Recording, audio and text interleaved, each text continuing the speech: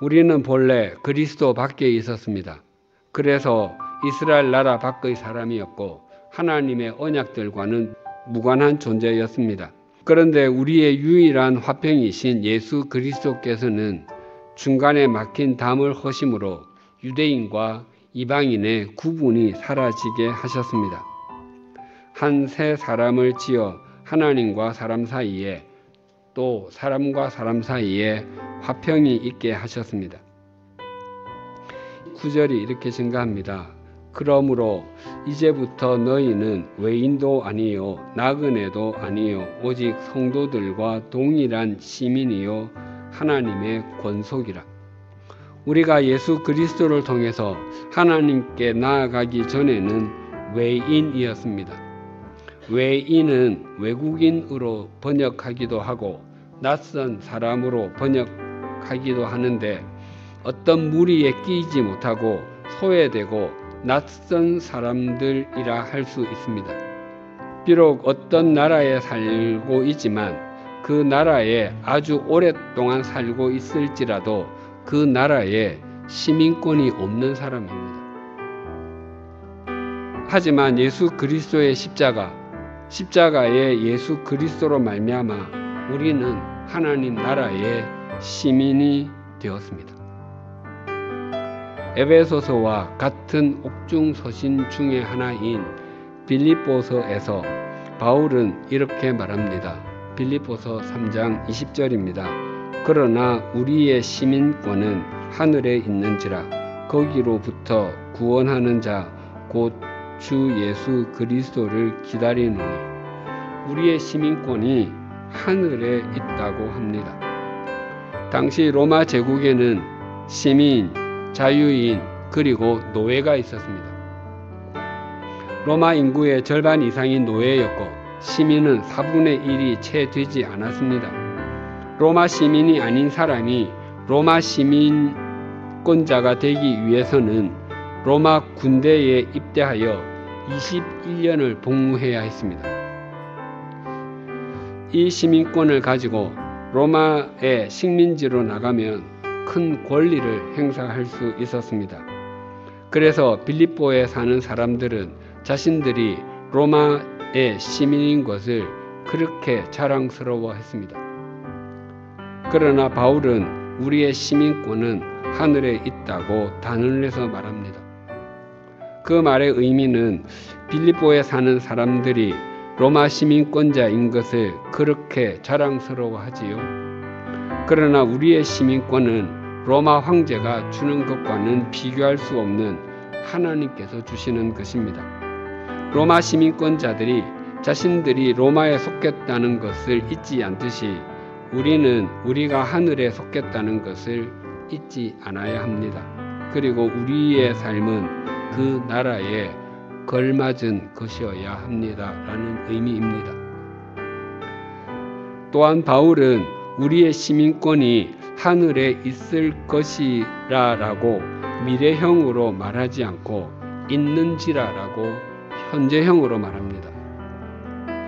그래서 우리는 지금 우리의 삶의 자리에서 하나님의 나라를 구현하는 사람들입니다. 우리가 성도들과 동일한 시민이라고 합니다. 여기서 말하는 성도들은 구약 성경에 등장하는 믿음의 사람들, 하나님의 사람들입니다. 히브리서 12장 1절은 이렇게 말씀합니다. 이러므로 우리에게 구름같이 둘러싼 허다한 증인들이 있으니 모든 무거운 것과 얽매이기 쉬운 죄를 벗어버리고 인내로서 우리 앞에 당한 경주를 하며. 허다한 증인 역시 구약 성경에 등장하는 믿음의 사람들, 하나님의 사람들을 가리킬 것입니다. 우리가 달려가면서 지치고 힘들 때 우리 옆에서 응원하며 말할 것입니다. 힘내십시오. 나도 신앙의 경주를 포기하고 싶을 때가 여러 번 있었습니다. 라고 말할 것입니다. 가정에서 혼자만, 또한 가문 전체에서 우리 집만 예수님을 믿기 때문에 그 누구에게도 이해받지 못해서 외로우신 분이 계십니까? 그런 고통으로 신앙의 경주를 포기하고 싶을 때는 아브라함이 다가와 속삭일 것입니다.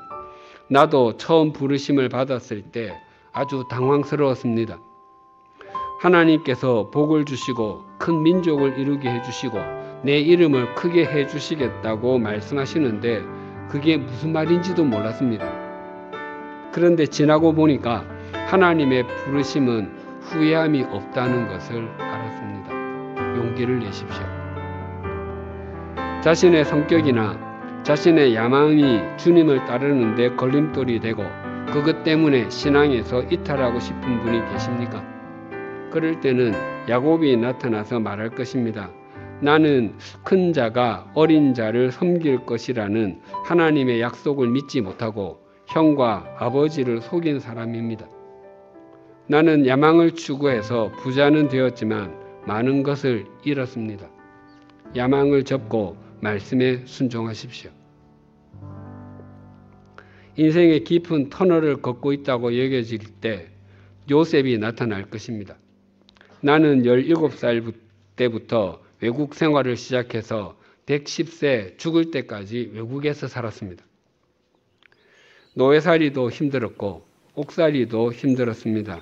가족들 사이에 문제가 많아서 고통스러워할 때는 다윗이 나타나서는 나는 아들에게 쿠데타를 당해서 맨발로 도망친 적도 있습니다라고 말할 것이고 또 아벨이 나타나서 나는 형에게 죽임을 당했습니다.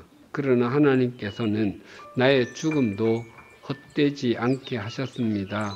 등등의 말로 격려할 것입니다. 그들 모두가 하나님께서 우리 믿음의 성장과 성숙을 위해 세워둔 이정표들입니다. 우리는 노아, 아브라함, 모세, 삼손, 엘리야, 다윗, 요나 이런 사람들과 동일한 또 동등한 하나님 나라의 시민입니다. 생각만 해도 가슴이 벅찹니다. 우리는 표면적으로는 이 세상 나라에서 살아가지만 우리는 하나님 나라의 시민으로도 살아갑니다.